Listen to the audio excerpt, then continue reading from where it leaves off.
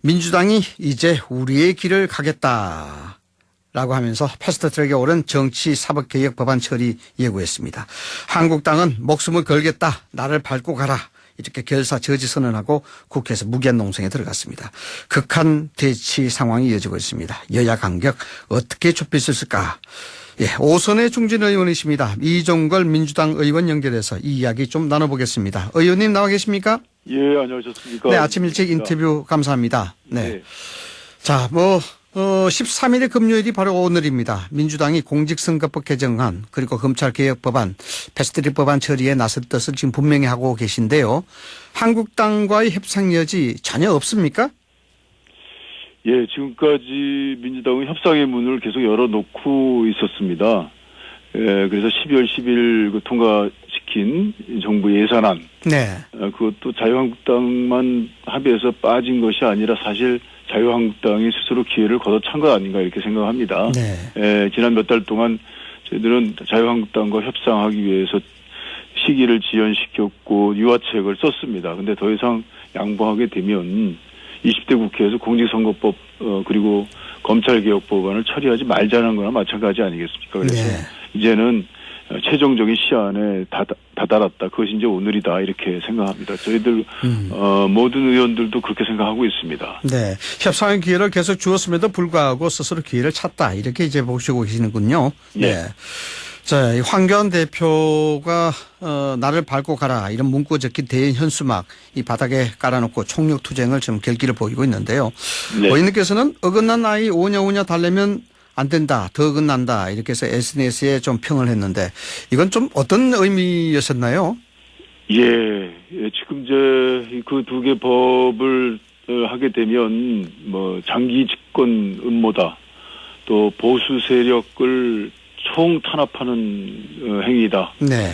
혹세무민하고 피해망상적인 주장을 펴고 있습니다. 네. 근데 이걸 계속 그냥 대응 없이 경청하고 있는 것은 그야말로 아이를 엇나가게 더 하는 것이 아닌가 저는 그렇게 봤습니다. 그러니까 자유한국당이 선거법과 그 공수처법을 장기 집권 음모라고 하는 것은 그건 어린아이 같은 그런 좀 유아적인 생각이다. 네. 만약에 그게 사실이라면 지금 이제 민주당, 바른미래당, 또 민평당, 대한정당, 정의당 이 모든 정당이 다 동의하겠습니까? 예, 저는 이미 이제 그 정당성 문제에 관해서는 민주당의 정도대로 처리하는 것을 이제 이해해 주셔야 된다. 그리고 이제 만약에 그것이 조금이라도 정당성 면에서 문제가 있다면 21대 총선에서 그 심판을 걸고 그 공약으로 걸고 심판 하는 것이 맞지 않겠나 이렇게까지 생각합니다. 예. 네, 의원님 보시기에는 지금 진행되고 있는 여러 가지 패스트트랙 법안이 정치적 꼼수라든가 또는 정치적 야합이 아니다. 만약에 그렇다 그러면은 내년 총선에서 국민이 심판할 것이다. 이렇게 보시는 거군요. 예, 그렇습니다. 네. 예. 자, 어쨌든 정치 합의의 정치가 실종이 됐다. 이런 부분들도 비판이 계속 제기되고 있는 상황인데 관련해서 한국당은 주말에 또 장외에 나가겠다고 합니다. 지금 어떤 모습 보여야 된다고 보십니까, 한국당이?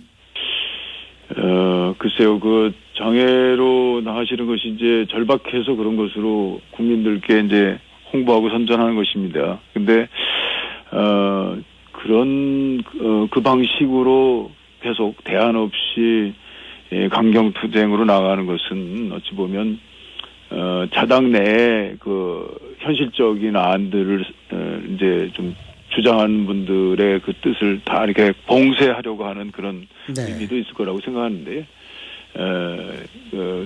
저는, 글쎄, 자유한국당이 필리버스터까지 예고하면서, 그렇게 하는 것은 공수처법이 가지고 있는, 그런 내용, 그리고, 선거법이 가지고 있는 취지를 국민들 전체를 정말 무시하고 모르게 네. 모르고 있다라고 무시하는 거 아닌가 이렇게 생각을 하는데요. 네. 그렇다면 필리버스터라도 해서 저는 국민들에게 좀 확인하고 또 이런 차제에 이런 수기민주주의 서로 토론하고 네. 그에 대해서 평가받는 것을 바로 그 자리에서 진행하는 그런 것도 하는 것이 좋겠다 그렇게 생각합니다. 네, 수기민주주의 말씀을 하셨습니다만은 그러한 어떤 환경적인 부분들 조성하는 것도 굉장히 정치권이 기본적으로 국민들에게 하는 그 예의라고 저는 생각이 드는데요. 예. 어쨌든 지금 한국당이 야당으로서 뭐 의원님도 야당을 오래 겪으셨습니다만은 한국당이 야당으로서 쓸 수 있는 카드가 사실 한계적이다 이런 그 지적들이 많이 나오고 있는데 필리버스터, 의원직 총사퇴 뭐 이런 것들도 사실상 한계가 있지 않겠습니까? 이런 점에서 좀 대화의 물꼬를 좀 더 여실 필요는 없으실까요? 예. 지금까지 대화를 하기 위한 저는 기간을 많이 가졌지 않나 국민들께는 그렇게 말씀드리고 싶은데 아직까지는 부족하지 않나 이렇게 생각하시는 분도 없지 않아 있을 거라고 생각합니다. 근데 사실 국회의원 의원직 총상태라는 거를 믿어주시거나 그런 절박함은 국민들이 공감하지 않을 것입니다. 현실화되기 어렵기 때문에 그렇습니다. 네. 그러면은 필리버스터를라도 해서 기간을 좀 두면서 이제 그 국민들에게 그 기간 동안 진정한 내용들을 호소하면서 하는 것은 저는 괜찮다. 할 수 있다. 그거까지 생각하면 저는 정치적 부담을 우리가 가지고 있지 않냐 이렇게 생각할 수 있겠는데요. 정치적 부담을 그 정도로서 국민들에게 호소하고 싶습니다. 근데 다만 이제 필리버스터를 지난번 제가 원내대표 때도 하였는데요. 이 법이 여러 개이고 또 기간의 그 촉박함 때문에 네. 이제 임시국회를 이제 좀 짧게 할 수밖에 없습니다. 네, 쪼개기 국회라는 거죠. 네. 예, 그 짧은 기간이라 하더라도 그것이 보통 임시국회가 기간을 정하지 않으면 한 달을 하도록 돼 있는데 이거는 이제 회기를 한 3일 또는 하루 정도로 정해서 그리고 또 임시국회를 하기 전에는 3일간의 예고기간이 필요합니다. 네. 그래서 총 한 3, 4일 정도를 기간으로 그 기간 동안에 집중적으로 선거법과 공수처법이 가지고 있는 내용들을 국민들에게 호소하고 그 국회 방송에 계속 중계가 될 테니까요. 네네. 해서 그 내용을 국민들께서 좀 수용하신다면 저는 그 정책 부담을 그래도 많이 줄일 수 있지 않겠나 생각하고요. 저도 기회가 된다면 개인적으로 필리버스터에 같이 나가겠습니다. 네. 지난번에는 저희가 할 때 그 한국당의 전신인 새누리당에서는 거의 참여를 안 했는데 이번에는 같이 해서 표결 절차까지 함께하는 것으로 한다면 좀 국민들께 좀 설명이 되지 않겠나 그런 생각하고 있습니다.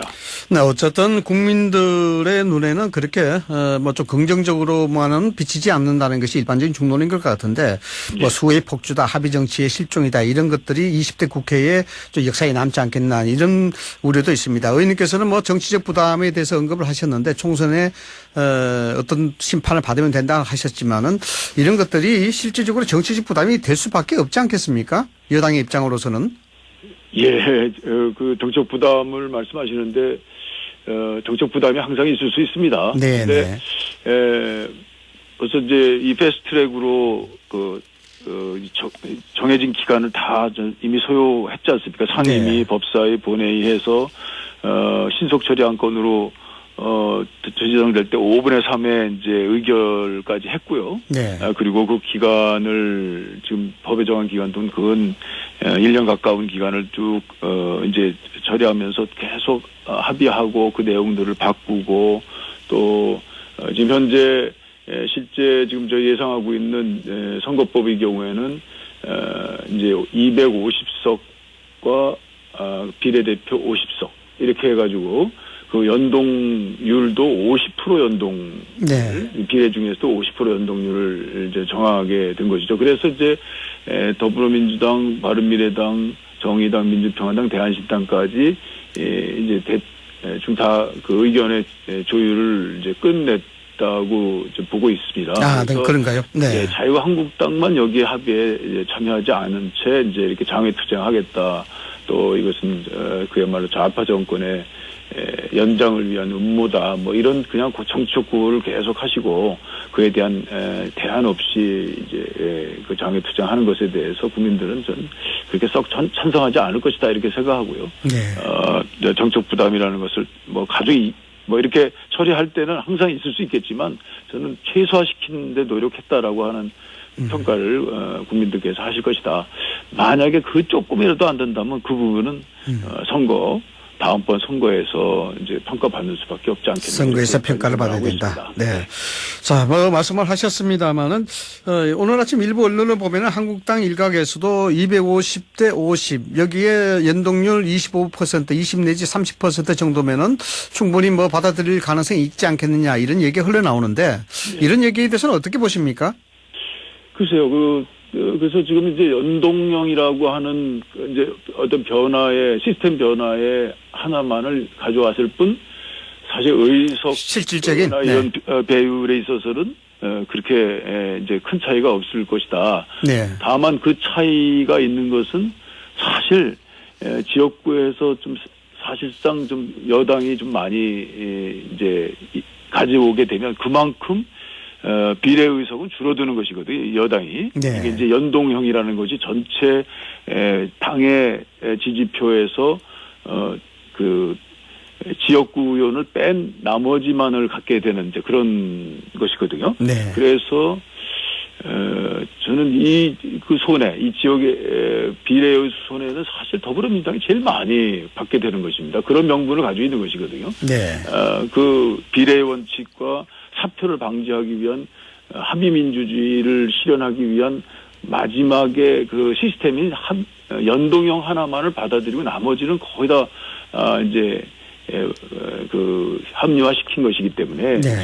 저는 자유한국당도 지금 마지막 단계에서 합의를 한다면 저는 이렇게 일방 처리라고 하는 모습 사실은 뭐 5당이 다 합의를 했기 때문에 자유한국당 하나만 참여 안 하는 이제 그 소수이기 때문에 네. 꼭 그런 정도는 아닙니다. 그래도 자유한국당이 이 정치 룰에 관한 것이라면 모두 다 참여해서 한 것이라는 그런 역사적 명분을 갖게 되는 그것을 포기함으로써 얻는 그 불이익 그것을 함께 같이 공유하는 것이 좋지 않겠는가. 네. 저는 그렇게 생각합니다.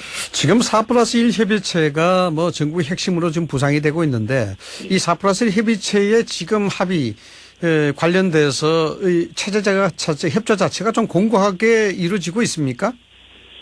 예, 그동안 시간을 두면서 그리고 이제 처음에 이 선거법의 경우에도 225대 75석, 네. 비례대표 75석에서 연동 배율도 50%가 아니었거든요.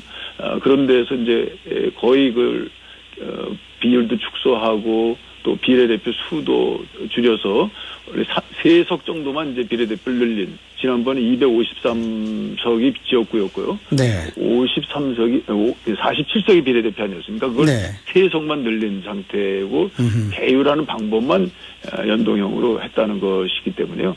그동안 그 비율적 뭐 내용 전체 내용 가지고 이 협의를 하는 틀을 여러 차례 만들었습니다. 다만 자유한국당도 좀 해보겠다고 하다가 또 안 들어오고 해보겠다가 안 들어오고 이런 식의 그 합의 과정에 이제 참석하지 않은 그런 절차적 명분이 있기 때문에 지금이라도 좀 자유한국당이 그런 내용에 함께하는 것이 좋지 않겠나 이런 생각을 하는데요. 더 이상 이제는 시간을 끌었다가는 이번 회기 내에 할 수 없다라고 하는 그런 이제 그 비판을 몰려갈 수 있습니다. 그래서 어쩔 수 없이 이제 진행하는 것이 좋겠다라고 하는 것이 저희 생각입니다. 알겠습니다. 당내 상황 하나만 좀 여쭤보겠습니다. 5선 원혜영 의원 그리고 3선 백재현 의원이 내년 총선 불출마 선언을 했는데 뭐 중진 용태론이 자꾸 나오고 있습니다. 의원님 부담 안 되십니까? 예, 부담 많이 됩니다. 그리고 또 원혜영 선배님이나 백재현 선배님께서 여러 가지 경륜 있고 동료를 배려하는 그런 말씀하신 것도 또 잘 저희들 받아들이고 있고요.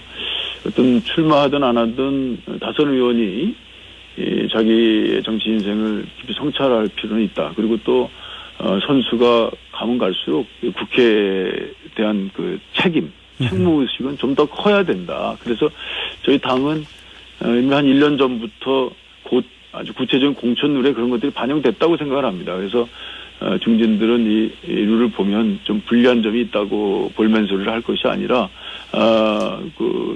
더 가면 갈수록 그 국회 국민에 대한 책무가 크다라고 하는 것을 저는 느껴야 된다고 생각하고요. 네. 뭐 그런 장치를 좀 통과한 또 중진이라면 당에서도 이제 경쟁력을 많이 확보한 것이다라고 생각하고 또 이제 나가는 것이 또 그 스스로 이제 성찰을 거친 것이라면 국민들께서 받아들여 주실 것이다 이렇게 생각합니다. 네.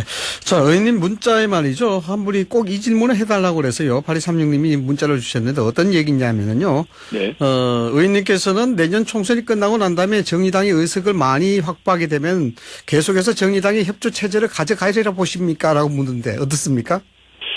예, 지금 이제 정의당이 이번 이제 그 연동형 방식에서는 상당히 제일 많은 수익을 얻을 것이다 이렇게 예상을 하는 분들이 있습니다만 네. 볼 때 그렇게 지금 현재 방식과 비교해 볼 때 그렇게 큰 차이가 있겠는가 저는 그런 생각도 합니다. 네. 어떻든 간에 정의당과 민주당은 지금까지 이 선거법 가지고는 상당히 이제 그 상당한 그 공조를 해왔거든요. 네.